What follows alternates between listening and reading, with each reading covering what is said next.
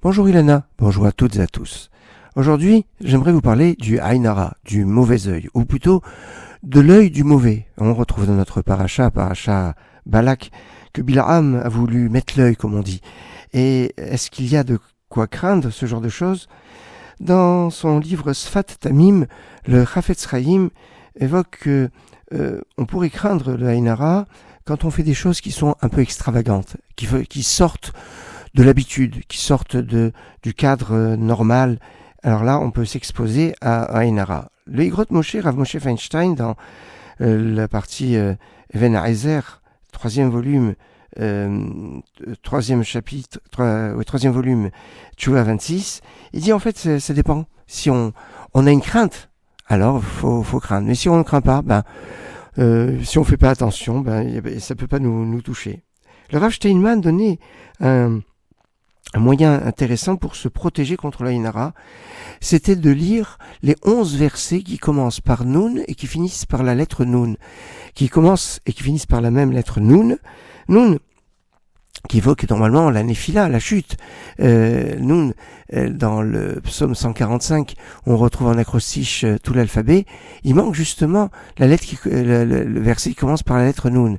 Et là, il y a ces 11 versets qu'on peut retrouver dans les livres, dans les bons livres, je dirais, dans les livres un petit peu plus étayés que d'habitude, sur les prières de Motzei Shabbat. Le samedi soir, c'est Ségoula du Ramban, de Nachmanide, contre la sorcellerie, contre le mauvais œil, de lire ces 11 versets qui commencent par la lettre Nun et qui finissent par la lettre Nun. Pour vous donner 3 exemples, un se trouve dans la parashat Tazria, dans le Lévitique, chapitre 13, verset 9, et il dit « Negat Saraat Kitiye Be'adam Veuva et la Kohen ». Si un homme va être atteint d'une plaie de lèpre, on l'amènera vers le Kohen. Nega, ça commence, ça finit Kohen.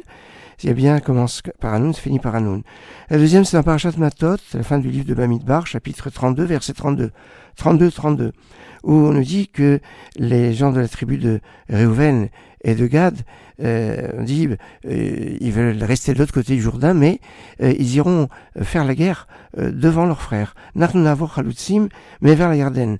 Nous passerons, et nous serons en avant-poste, pour traverser le Jourdain. Nachnu, ça commence par Hanoun, et Yarden, ça finit par Hanoun. Enfin, c'est un parashat Shoftim, dans le livre du Deutéronome, chapitre 18, verset 15, où il est marqué, Navi mikirbecha me'achecha kamoni, un prophète parmi vous, parmi tes frères comme moi, dit Moshe, et là, Tishmaoun, lui, vous allez l'écouter. Navi, ça commence, ça finit par Tishmaoun, le Nun, de vous l'écouterez.